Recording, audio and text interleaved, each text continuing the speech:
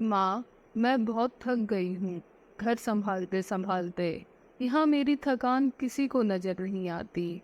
कुछ दिन आराम करना चाहती हूँ। सोच रही हूँ कुछ दिनों के लिए अपने मायके आ जाऊँ।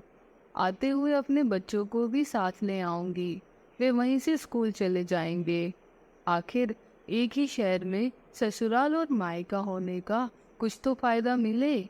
नम्रता ने फोन पर अपनी माँ से कहा। पार्वती जी ने दूसरी तरफ से कहा, हाँ बेटी, जब तेरी इच्छा हो आ जाना। आखिर ये तेरा भी तो घर है। ठीक है माँ, मैं कल ही आ जाऊंगी, नम्रता खुश होकर बोली। हाँ बेटा, कल आ जाओ, मैं तुम्हारा इंतजार करूंगी। अभी मैं फोन रखती हूँ, मुझे मंदिर भी जाना है।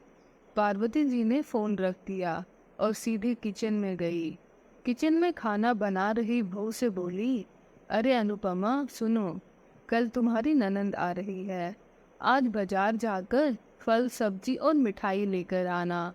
बेचारी मेरी बेटी ससुराल में नौकरों की तरह काम करती है और उस पर कोई ध्यान भी नहीं देता। यहाँ आएगी, कुछ दिन रहेगी तो उसका मन और तबीयत अच्छे रहेंगे। सास के मुंह से ऐसी बातें सुनकर अनुपमा का चेहरा उतर गया।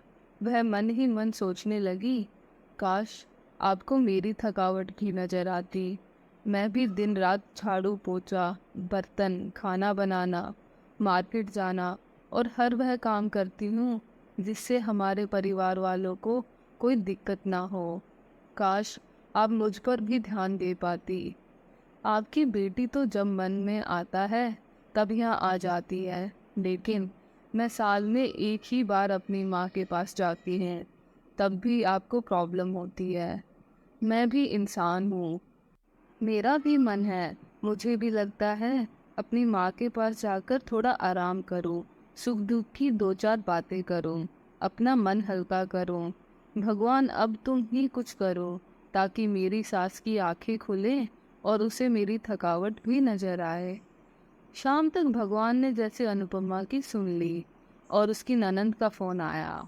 ननंद ने अपनी माँ से कहा कि उसकी माँ ने उसे मायके आने के लिए मना कर दिया है, इसलिए इस बार वो नहीं आ सकती। पार्वती जी बोली, ऐसे कैसे मना कर दिया?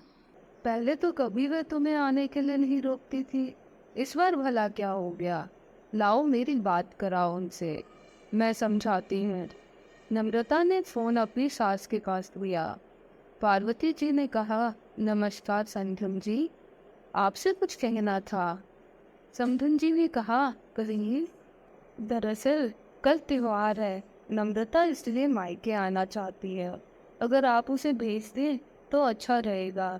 नम्रता की सास ने कहा, देखिए समधन जी, आपकी बेटी मायके जाकर रहे, इस बात के लिए हमने उसे कभी नहीं रोका और इस बात से हमें कोई प्रॉब्लम है भी नहीं। कुछ दिन पहले मैं अपने रिश्तेदार की शादी में गई थी। वहाँ आपकी बहू अनुपमा की माताजी से मिलने का मौका मिला। उनसे गपशप करने के दौरान उनकी बातों से पता चला कि अनुपमा को साल में एक ही बार अपने मायके जाने को मिलता है और वह भी बहुत कम समय के लिए।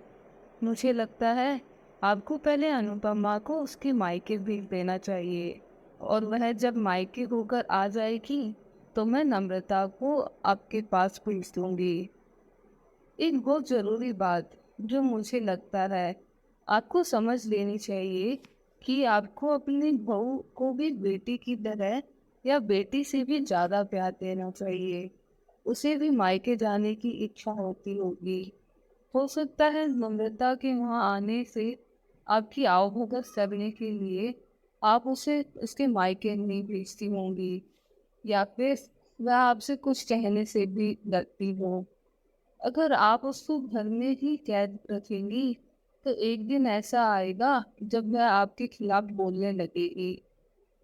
फिर वह आपकी सुनेगी भी नहीं, जब चाहे तब अपने मायके जाएगी। ऐसी परिस्थिति आए, इससे अच्छा है कि आप भी कुछ बदलाव अमल में ले आए जिससे आपका रिश्ता और रिश्ते की मिठास खराब ना हो। पार्वती को अपने समधन के हर एक शब्द में सच्चाई नजर आई। उन्हें महसूस हुआ कि उन्होंने अपनी बेटी के प्यार में अंधे होकर कभी भी अपने बहू के मन का विचार नहीं किया। उन्होंने हमेशा ही अपनी बेटी को अपने बहू से ऊपर रखा। दूसरी तरफ नम्रता भी अपनी भाभी के बारे में हो रही इस बातचीत को सुन रही थी। उसने भी रियलाइज किया कि वह कभी भी अपनी भाभी के साथ ठीक से बात नहीं करती, और जब जब वह अपने मायके जाती है तो भाभी थोड़ी उदास रहती है। पार्वती जी ने अपनी बहू को बुलाया और उसे कहा कि अनुपमा, कुछ दिनों के लिए नम्रता नहीं आने वाली है, इसलिए पहले तुम अपने मायके होकर आओ। यह सुनते ही अनुपमा का चेहरा खिल गया, क्योंकि यह पहली बार था जब उसकी सास ने सामने से उसे अपने मायके जाने के लिए कहा था। अगले दिन अनुपमा अपने मायके गई, और इस बार एक दो दिन नहीं, पूरे हफ्ते भर रहकर आई। अपने माँ बाप से, अपने रिश्तेदारों से मिलकर आई, और जब वह लौटकर आई तो उसका चेहरा खिला हुआ था, उसकी आंखें चमक रही थी।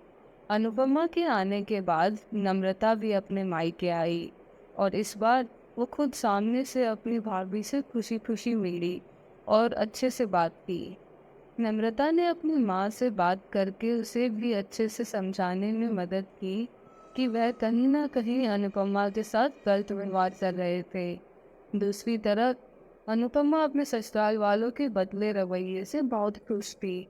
अब वह खुशी खुशी सबका ध्यान रखती और हर काम प्यार से करती। वह ध्यान रखती कि कोई भी ऐसी बात या काम ना करे जिससे घर में तनाव का माहौल पैदा हो। पार्वती जी अपने बहू को खुद भी समय समय पर मायके भेज दिया करती। एक छोटे से बदलाव ने सास बहू और भाभी ननद के बीच की तलवार को दूर कर दिया और रिश्तों को और भी ज़्यादा मीठा और मजबूत कर दिया। धन्यवाद दोस्तों।